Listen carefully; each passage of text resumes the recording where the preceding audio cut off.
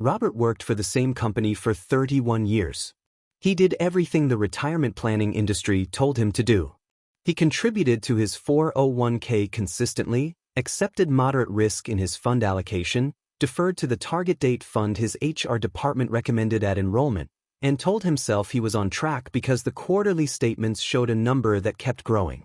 At 61, he sat down with a financial advisor for the first time in his adult life and learned that his $340,000 portfolio, the result of 3 decades of disciplined saving, would generate approximately $1,360 per month in retirement income using the standard 4% withdrawal rate. Social Security would add $1,740. His total projected retirement income was $3,100 per month. His current monthly expenses were $4,400. He was not broke. He was not reckless. He had done what he was told. And what he was told had left him $1,300 per month short of the life he had built and assumed he would keep. The gap between Robert's expectation and his reality did not appear at 61. It was constructed over 31 years, one assumption at a time, assumptions that the retirement planning industry handed him as facts, that financial media reinforced as conventional wisdom, and that nobody corrected because the corrections would have required acknowledging that the standard retirement planning framework taught to American workers is built on premises that stopped reflecting economic reality sometime in the late 1990s and has not been meaningfully updated since. There is a retirement planning lie at the center of how most Americans think about their financial future. It is not a conspiracy. It is not a deliberate deception. It is something more insidious. An outdated model that was accurate for one generation became the permanent template for all subsequent generations and is now quietly producing retirement shortfalls for millions of people who believed they were following the correct instructions. Today I am going to show you exactly what that lie is, the 3 specific assumptions embedded in standard retirement advice that no longer hold in 2026, and the recalculations that allow you to see your actual retirement position clearly and do something about it while there is still time to act.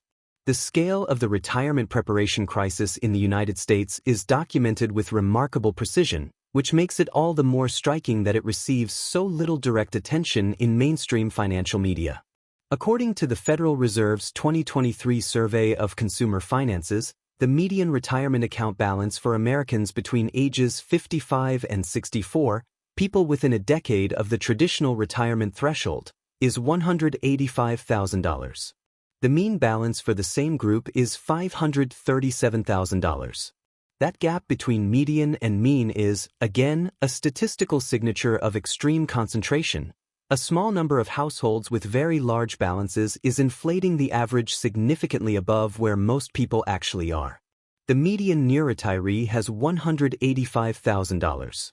At the standard 4% annual withdrawal rate, the rule of thumb that the entire retirement planning industry has built its projections around since William Bengen's 1994 research paper introduced it, $185,000 generates $7,400 per year in retirement income, $616 per month.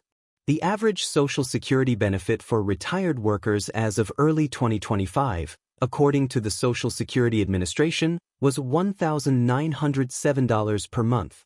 Combined, the median near retiree is looking at $2,523 per month in total retirement income. The Bureau of Labor Statistics' 2023 Consumer Expenditure Survey found that Americans 65 and older spend an average of $4,345 per month. The median near retiree faces a projected monthly shortfall of $1,822 every month, for however long they live. A 2024 report from the National Institute on Retirement Security found that 55% of working-age Americans are on track to be unable to maintain their pre-retirement standard of living in retirement. Not 15%, not 20%, 55%. The majority of working Americans are heading toward a retirement that will require a significant reduction in their living standard, and most of them do not know it because the planning tools they have been given consistently show them a rosier picture than the actual math supports. This is not your fault. The retirement planning framework you were handed was built for a world with pension income, stable healthcare costs, shorter retirements, and an inflation environment that bore no resemblance to the one your retirement will actually inhabit. The system was designed for your parents' retirement. It was handed to you unchanged. The first lie is the 4% rule. This requires careful handling because the 4% rule is not entirely wrong. It is situationally accurate, applied universally to situations it was never designed to fit, in a way that produces systematic overconfidence about retirement readiness. William Benjamin's original 1994 research that established the 4% rule was based on historical return data from 1926 to 1992. The research showed that a retiree withdrawing 4% of their initial portfolio annually, adjusted for inflation, had a very high probability of not exhausting their portfolio over a 30-year retirement horizon, assuming a portfolio allocated roughly 50% to equities and 50% to bonds, and assuming historical return relationships between those asset classes continued to hold. There are three conditions embedded in that finding that are no longer broadly applicable in 2026. First, the 1994 research assumed a 30-year retirement horizon, roughly age 65 to age 95. The Social Security Administration's 2024 actuarial tables show that a 65-year-old woman today has a 50% probability of living past age 87 and a meaningful probability of living past 95. A person retiring at 62, which the Bureau of Labor Statistics reports is the median actual retirement age in the United States, is potentially funding a 30 to 35-year retirement, pushing the outer edge of the original research's modeled horizon. Subsequent academic research, including a widely cited 2013 paper in the Journal of Financial Planning, found that for 40-year retirement horizons, the historically safe withdrawal rate drops to approximately 3.3%, not 4%. The difference on a $500,000 portfolio is $3,500 per year in available income. Second, the 1994 research was conducted in an era when bonds served as genuine portfolio stabilizers with meaningful real returns. According to data from the Federal Reserve Bank of New York, the 10-year Treasury yield averaged 8.1% during the decade preceding Benjamin's research. In the decade ending in 2024, it averaged 2.3%. The bond allocation that provided ballast and return in the original model has spent much of the past 15 years providing very little return and, in 2022, suffered its worst annual performance in modern history, simultaneously with equities. The 60-40 portfolio that underpins the 4% rule's historical backtesting faced conditions in 2022 that the original model never encountered in its dataset. Third, and most directly relevant to anyone planning retirement in 2026, the inflation assumption embedded in Benjamin's original analysis was calibrated to a post-World War II inflation environment. The Consumer Price Index data from the Bureau of Labor Statistics shows that between 2020 and 2024, cumulative inflation reached approximately 21%. Healthcare inflation, tracked separately by the Centers for Medicare and Medicaid Services, ran higher.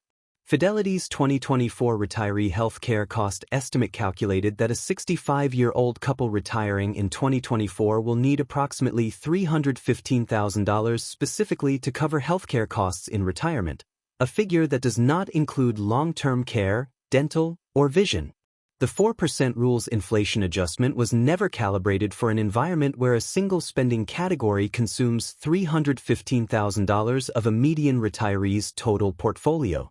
Here is what the advisory industry does not advertise openly. The 4% rule should be treated as a ceiling, not a floor, for anyone retiring before 67, holding a significant bond allocation, or facing meaningful healthcare expenses.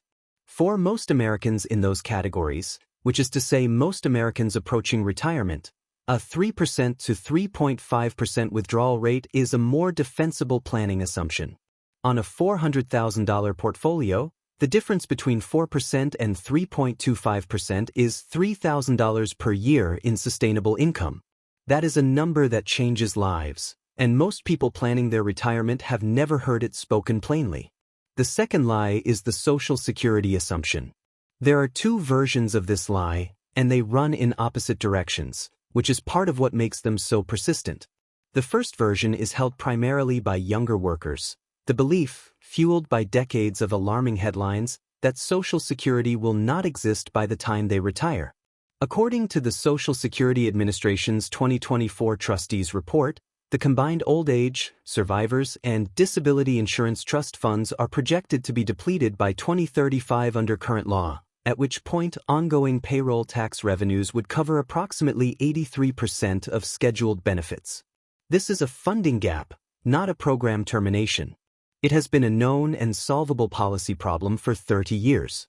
Every credible analysis of the program's trajectory, from the Congressional Budget Office, from the Brookings Institution, from the Urban Institute, projects some form of benefit continuation, most likely through a combination of modest benefit adjustments and payroll tax modifications. Treating Social Security as a non-factor in retirement planning systematically causes younger workers to oversave in expensive retirement vehicles when they could be paying down high-interest debt or building taxable investment accounts. The second version of the Social Security lie is more costly for people already approaching retirement. It is the assumption that the benefit amount shown on your Social Security statement, the projected benefit figure you can see at ssa.gov, is a fixed number independent of when you claim. It is not.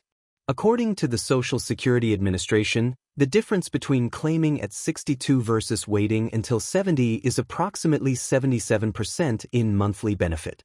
For someone with a projected benefit of $1,800 at full retirement age, currently 67 for anyone born after 1960, claiming at 62 yields approximately $1,260 per month.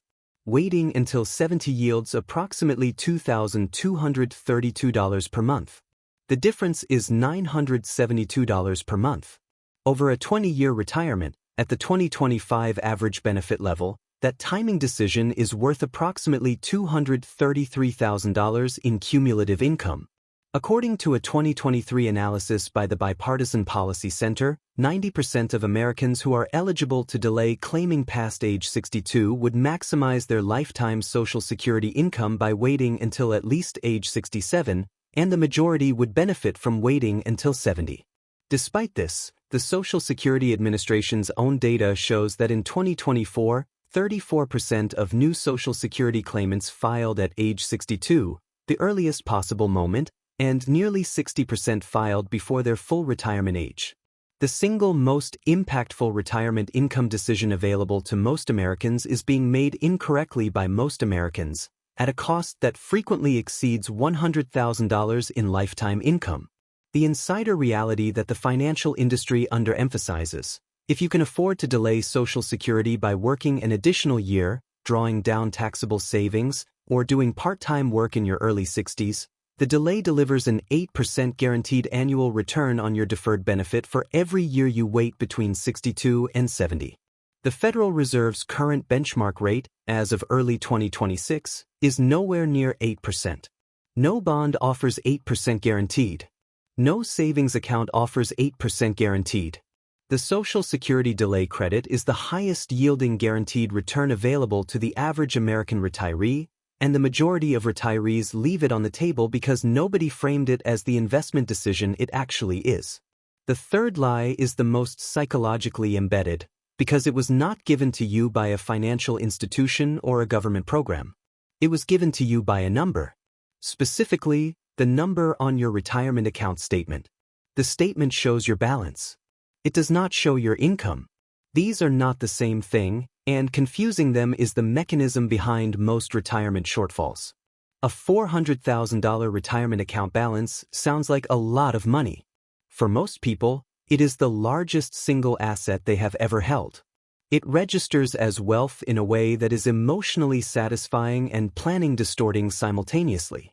The balance feels like an achievement, because accumulating $400,000 through decades of disciplined saving is genuinely an achievement. But at a 3.5% sustainable withdrawal rate, $400,000 generates $14,000 per year, $1,167 per month. That is the income reality behind the balance number. Most people have never done that translation because the retirement planning industry spent decades showing them the balance and never showing them the income. A 2024 TIAA Institute survey of Americans within 10 years of retirement found that 61% of respondents could not accurately calculate how much monthly income their current retirement balance would generate. When shown the actual calculation, 44% said the result was significantly lower than what they had assumed. This is not a financial literacy failure at the individual level. It is a systemic failure of how retirement readiness has been communicated, in balance terms, not income terms, for the entire history of the defined contribution era. Vanguard's 2024 research on participant behavior found that retirement savers who were shown their projected monthly retirement income, rather than their account balance, increased their contribution rates by an average of 29% within 6 months of the income framing being introduced. The number had not changed. The framing had. Seeing $487 per month rather than $64,000 creates urgency that the balance figure never generated. The implementation sequence depends on where you are in the timeline. If you are between 38 and 48 with a retirement balance below $250,000, run the income translation immediately. Take your current balance, add your projected contributions through your target retirement age compounded at 6%, being conservative relative to historical returns, and multiply the result by 0.033. That is your projected monthly retirement income from savings at a defensible 3.3% withdrawal rate. Add your estimated Social Security benefit at age 67, which you can find at ssa.gov in under 10 minutes. Compare the total to your current monthly expenses adjusted for expected retirement spending. The gap between those two numbers is the number your plan needs to address, and seeing it clearly in income terms rather than balance terms is the prerequisite for addressing it. If you are between 48 and 58 and within striking distance of a meaningful balance increase, the catch-up contribution limits matter now more than at any prior point. For 2025, the standard 401k contribution limit is $23,500. For workers aged 50 and older, the catch-up allowance adds $7,500, for a total of $31,000. Under the Secure 2.0 Act provisions taking effect in 2025, workers aged 60 to 63 have an enhanced catch-up contribution limit of $11,250 above the standard limit, for a total of $34,750 annually. If you are in this age bracket and not maximizing these contributions, the gap between what you are contributing and the maximum allowable amount represents the most tax-advantaged wealth acceleration available to you.